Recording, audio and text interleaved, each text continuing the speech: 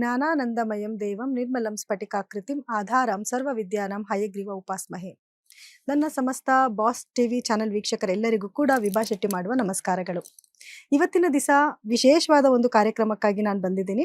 ಅಂದರೆ 2026ರ ವರ್ಷ ಭವಿಷ್ಯ ಹೇಗಿದೆ ಮೇಷರಾಶಿಯಿಂದ ಮೀನರಾಶಿವರೆಗೂ ಅನ್ನೋದ್ರ ಬಗ್ಗೆ ನಾವು ತಿಳ್ಕೊಳ್ತಾ ಹೋಗೋಣ. ಅದಕ್ಕಿಂತ ಮುಂಚೆ ಏನು ಅಂತಂದರೆ, ಹೊಸ ವರ್ಷ ಬರ್ತಾ ಇರೋದ್ರಿಂದ ಪ್ರತಿಯೊಬ್ಬರಿಗೂ ಕೂಡ ದೇವರು ನಿಮಗೆ ಒಳ್ಳೆ ಆರೋಗ್ಯ, ಆಯಸ್ಸು ಮತ್ತು ಕೆಲಸಗಳಲ್ಲಿ ಅಭಿವೃದ್ಧಿ ಕೊಡಲಿ ಅಂತ ಹೇಳ್ತಾ, ನೋಡಿ ಟೀಕೆಗಳು ಯಾವತ್ತೂ ಸಾಯುತ್ತೆ, ನಾವು ಮಾಡುವಂಥ ಕೆಲಸಗಳು ಮಾತ್ರ ಉಳಿಯುತ್ತೆ. ನಾವು ಒಳ್ಳೆ ಕೆಲಸಗಳನ್ನ ಮಾಡಿ ಈ ವರ್ಷದಲ್ಲಿ ನಾವು ಒಂದು ಒಳ್ಳೆ ಅಭಿವೃದ್ಧಿನ ಮಾಡ್ಕೊಳ್ಳೋಣ ಅಂತ ಹೇಳ್ತಾ ಈ ಕಾರ್ಯಕ್ರಮನ ನಾನು ಶುರು ಮಾಡ್ತೀನಿ. ಮೊದಲನೇದಾಗಿ ಗ್ರಹಗಳ ಸ್ಥಾನಮಾನ ಹೇಗಿದೆ, ಈ ವರ್ಷದಲ್ಲಿ ಏನು ಬದಲಾವಣೆಗಳಿದೆ ಅನ್ನೋದನ್ನ ನೋಡೋಣ. ವೃಷಭ ರಾಶಿಯವರ 2026ರ ಭವಿಷ್ಯ ಹೇಗಿದೆ ಅಂತ ನೋಡೋದಾದ್ರೆ, ನೋಡಿ ಮೊದಲನೇದು ಗುರುಗ್ರಹನ ತಗೊಂಡಾಗ ವೃಷಭ ರಾಶಿಯವರಿಗೆ ಗುರುಗ್ರಹದಿಂದ ಒಂದು ತುಂಬಾ ಅದ್ಭುತವಾದ ಒಂದು ಅನುಕೂಲಗಳಾಗ್ತಾ ಇದೆ. ನೋಡಿದ್ರೆ ಈ ವರ್ಷ 2026ರಲ್ಲಿ ವೃಷಭ ರಾಶಿಯವರಿಗೆ ಒಂದು ಉತ್ತಮವಾದ ವರ್ಷ ಅಂತಾನೆ ಹೇಳ್ಬೋದು. ಸೊ ಈ ವರ್ಷದಲ್ಲಿ ನೀವು ಏನೆಲ್ಲ ಕೆಲಸಗಳನ್ನ ಮಾಡ್ಕೊಬೇಕು ಅನ್ಕೊಂಡಿದ್ದೀರೋ ಅದೆಲ್ಲನೂ ಮಾಡ್ಕೊಳ್ಳುವಂತ ಒಂದು ಸಮಯ ನಿಮಗೆ ಬಂದಿದೆ. ನೀವು ಹಿಂದೆ ಏನೆಲ್ಲ ಕಷ್ಟಪಟ್ಟಿದ್ರಿ ಅದೆಲ್ಲದಕ್ಕೂ ತೆರೆ ಹಾಕುವಂತ ಒಂದು ಸಮಯ ಅಂತಾನೆ ಹೇಳ್ಬೋದು.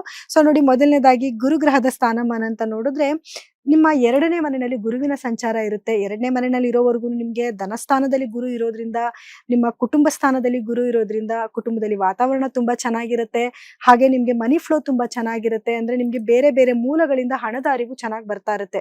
ಎಕ್ಸಾಂಪಲ್, ನೀವು ಆಲ್ರೆಡಿ ಒಂದು ವರ್ಕ್ ಮಾಡ್ತಾ ಇರ್ತೀರಾ ಅಂತ ಇಟ್ಕೊಳ್ಳಿ, ಬೇರೆ ಇನ್ಯಾವುದೋ ಒಂದು ಮೂಲದಿಂದ ಹಣ ಬರುವಂಥದ್ದು ಅಥವಾ ಇನ್ಯಾವುದೋ ಕೆಲಸದ ಆಪರ್ಚುನಿಟಿ ಬರೋದು, ಅದನ್ನ ಮಾಡಿ ಅದರಿಂದನೂ ಕೂಡ ನೀವು ಹಣ ಸಂಪಾದನೆ ಮಾಡುವಂತ ಒಂದು ಭಾಗ್ಯಗಳು ಈ ವರ್ಷದಲ್ಲಿ ನಿಮ್ಗೆ ಬರುತ್ತೆ. ಹಾಗೆ ಗುರು ತನ್ನ 2ನೇ ಮನೆಯಿಂದ 3ನೇ ಮನೆಗೆ ಸಂಚಾರ ಮಾಡಿದಾಗೂ ಕೂಡ ನೀವೇನಾದ್ರು ಸೋಷಿಯಲ್ ಮೀಡಿಯಾದಲ್ಲಿ ವರ್ಕ್ ಮಾಡ್ತಾ ಇದ್ರೆ ನಿಮ್ಗೊಂದು ಒಳ್ಳೆ ಹೆಸರು ಕೀರ್ತಿ ಬರುತ್ತೆ. ಮತ್ತೆ ನಿಮ್ಮ ಮಾತಿಗೆ ಮನ್ನಣೆ ಬರುತ್ತೆ.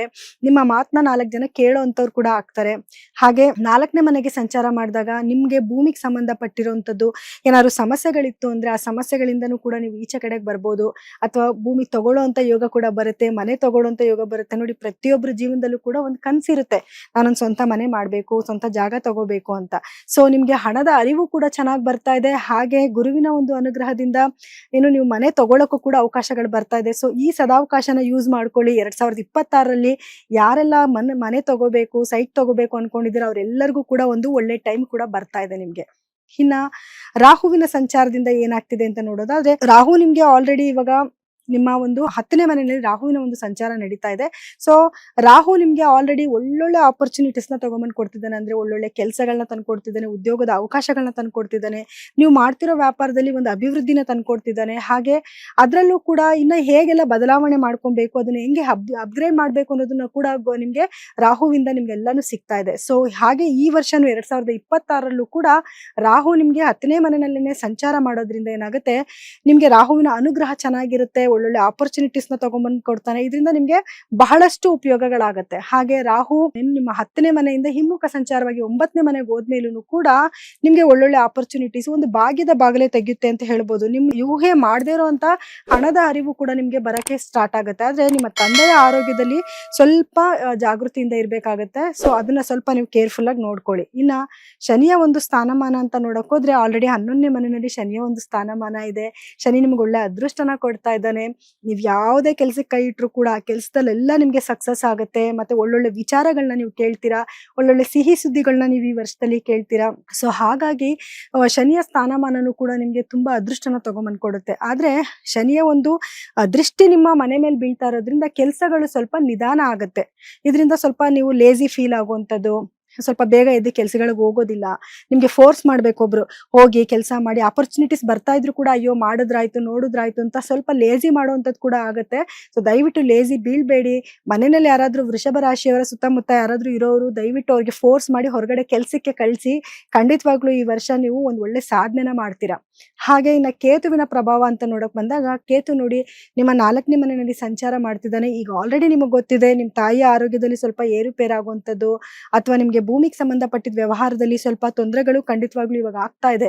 ಅಂದ್ರೆ ಕೆಲಸ ನಿಧಾನ ಆಗುವಂಥದ್ದು ಅಥವಾ ಏನಾದ್ರೂ ಅಡೆತಡೆಗಳು ಬರುವಂಥದ್ದು, ಸಮ್ ಲಿಟಿಗೇಷನ್ಸ್ ಬರುವಂತ ಚಾನ್ಸಸ್ ಕೂಡ ಇರುತ್ತೆ. ಆದ್ರೆ ಕೇತು ತನ್ನ 3ನೇ ಮನೆಗೆ ಸಂಚಾರ ಮಾಡಿದ್ಮೇಲೆ ಸ್ವಲ್ಪ ಒಂದೊಳ್ಳೆ ಜ್ಞಾನನ ಕೊಡ್ತಾನೆ.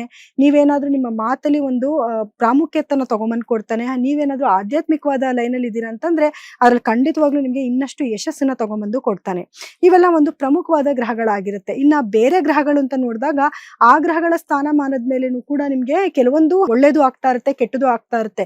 ಈ 4 ಪ್ರಮುಖ ಗ್ರಹಗಳಿಂದ ಮಾತ್ರನೇ ನಾವು ಏನಾಗ್ಬೋದು 2026ರಲ್ಲಿ ಅನ್ನೋದು ಒಂದು ಪ್ರಮುಖವಾಗಿ ಹೇಳಿದೀವಿ. ಒಟ್ಟಾರೆಯಾಗಿ ನೋಡಿದ್ರೆ 2026 ವೃಷಭ ರಾಶಿಗೆ ತುಂಬಾ ಒಂದು ಅತ್ಯುತ್ತಮವಾದ ಒಂದು ವರ್ಷ ಅಂತಾನೆ ಹೇಳ್ಬೋದು. ಒಟ್ಟಾರೆಯಾಗಿ ಆರೋಗ್ಯದ ವಿಷಯದಲ್ಲಿ ಏನಾದ್ರು ನೋಡಕ್ ಬಂದಾಗ ನೋಡಿ, ಆರೋಗ್ಯದಲ್ಲಿ ಸ್ವಲ್ಪ ಏರುಪೇರುಗಳಾಗುತ್ತೆ. ಏನಂದ್ರೆ ಲೇಜಿ ಆಗೋದು, ಕೆಲಸ ಜಾಸ್ತಿ ಇರೋದ್ರಿಂದ ಸ್ಟ್ರೆಸ್ ಫೀಲ್ ಆಗುವಂಥದ್ದು, ಜಾಸ್ತಿ ಏನಾದ್ರು ಬಂತು ಅಂದ್ರೆ ಶೋಲ್ಡರ್ ಪೇನು, ನೆಕ್ ಪೇನ್ ಬರುವಂಥದ್ದು, ಅಥವಾ ಏನಾದ್ರು ನಿಮ್ಗೆ ಶುಗರು, BP ಆ ಥರದ್ದು ಏನಾದ್ರು ಇದ್ರೆ ಸ್ವಲ್ಪ ಡೆವಲಪ್ಮೆಂಟ್ ಆಗುವಂಥ ಚಾನ್ಸಸ್ ಕೂಡ ಇರುತ್ತೆ. ಸೊ ಅದನ್ನ ನೀವು ತಕ್ಕ ವೈದ್ಯರಿಗೆ ತೋರಿಸ್ಕೊಂಡು ತಕ್ಕ ಮೆಡಿಸಿನ್ಸ್ ತಗೊಳ್ಳೋದ್ರಿಂದ ನೆಗೆಟಿವಿಟಿಯಿಂದ ನೀವು ಈಚೆ ಬರಬಹುದು.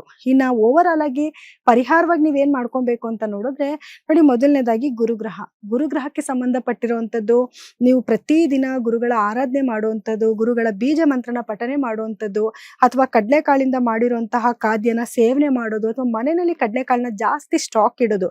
ಇದನ್ನ ಮಾಡೋದ್ರಿಂದ ಏನಾಗುತ್ತೆ, ಗುರುವಿನ ಅನುಗ್ರಹ ನಿಮ್ಗೆ ತುಂಬಾ ಚೆನ್ನಾಗಿರುತ್ತೆ. ಇನ್ನ ಕೇತು ಗ್ರಹಕ್ಕೋಸ್ಕರ ಗಣಪತಿಯ ಧ್ಯಾನ ಮಾಡ್ಬೇಕಾಗತ್ತೆ. ಹಾಗೆ ಬೀದಿ ನಾಯಿಗಳಿಗೆ ಪ್ರತಿದಿನ ಒಂದ್ ಸ್ವಲ್ಪ ನಿಮ್ ಕೈಲಿ ಏನ್ ಸಾಧ್ಯ ಆಗುತ್ತೋ, ಆಮೇಲೆ ನೀವು ತಿಂದು ಉಳಿದು ಬಿಟ್ಟಿರೋದನ್ನ ಆಹಾರನ ದಯವಿಟ್ಟು ಹಾಕ್ಬೇಡಿ.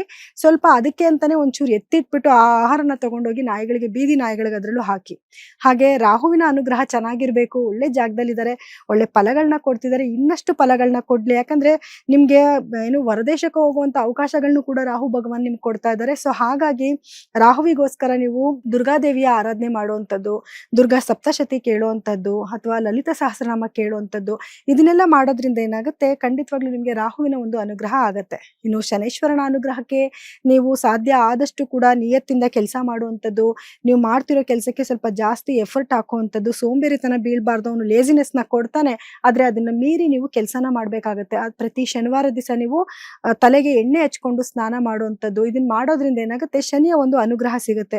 ಸಾಧ್ಯ ಆದಷ್ಟು ಬಡವರಿಗೆ ಸ್ವಲ್ಪ ದಾನ ಧರ್ಮ ಮಾಡೋದು ಕೂಡ ನಿಮ್ಗೆ ಶನಿಯ ಒಂದು ಅನುಗ್ರಹಕ್ಕೆ ನೀವು ಪಾತ್ರರಾಗ್ತೀರಾ.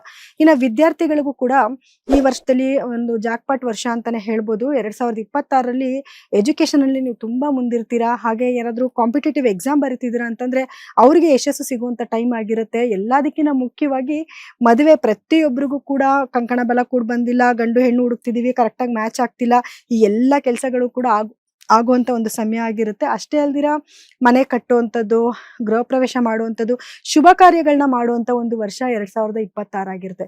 ಎಲ್ಲರಿಗೂ ಕೂಡ 2026 ಶುಭನ ತಗೊಂಬಂದ್ ಕೊಡ್ಲಿ. ನಿಮಗೆ ಬರ್ತಿರೋ ಎಲ್ಲ ಆಪರ್ಚುನಿಟೀಸ್ನ ನೀವು ಸ್ವೀಕರಿಸಿ ಅದನ್ನ ನೀವು ಉಪಯೋಗ ಮಾಡ್ಕೊಂಡು ನಿಮ್ಮ ಜೀವನಕ್ಕೆ ಅಳವಡಿಸ್ಕೊಳ್ಳಿ. ಲೇಟೆಸ್ಟ್ ಹಾಗೂ ಇಂಟ್ರೆಸ್ಟಿಂಗ್ ಸುದ್ದಿಗಳಿಗಾಗಿ ಬಾಸ್ ಟಿವಿ ಕನ್ನಡ ಚಾನೆಲ್ನ ಸಬ್ಸ್ಕ್ರೈಬ್ ಮಾಡಿ. ಹಾಗೆಯೇ ಬೆಲ್ ಐಕಾನ್ ಪ್ರೆಸ್ ಮಾಡಿ. ಇದರ ಜೊತೆಗೆ ಫೇಸ್ಬುಕ್, ಇನ್ಸ್ಟಾಗ್ರಾಮ್, ಎಕ್ಸ್ ನಲ್ಲೂ ಮಿಸ್ ಮಾಡದೆ ಫಾಲೋ ಮಾಡಿ.